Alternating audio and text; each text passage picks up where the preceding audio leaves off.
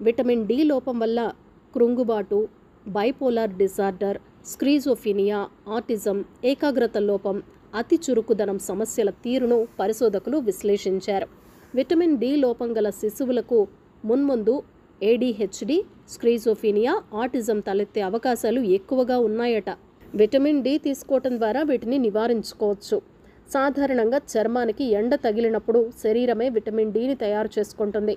Salmon, టూనా వంటి కొవ్వులతో కూడిన చేపలు, గుడ్లు, పచ్చసొన, పుట్టగొడుగుల వంటి వాటిల్లోనూ కొంత లభిస్తుంది. ఇప్పుడు విటమిన్ డి కలిపిన పదార్థాలు కూడా లభిస్తున్నాయి.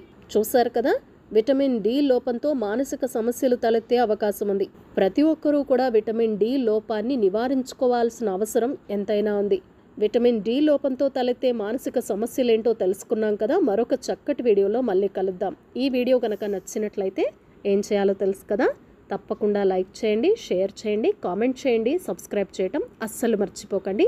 TV21 the better choice. Air health insurance ప్రముఖ ఆరోగ్య బీమా కంపెనీలో జిల్లాలోని అన్ని మండలాల వారీగా ఉత్సాహవంతులైన ఏజెంట్స్ కావాలను. Life, general, postal, chit fund agents, teachers, RMP doctors, హౌస్ వైఫ్స్, బ్యాంక్ ఎంప్లాయీస్ కు ఈ అవకాశం. వీడియోలో కనిపించే నా నెంబర్కి కాల్ చేయండి.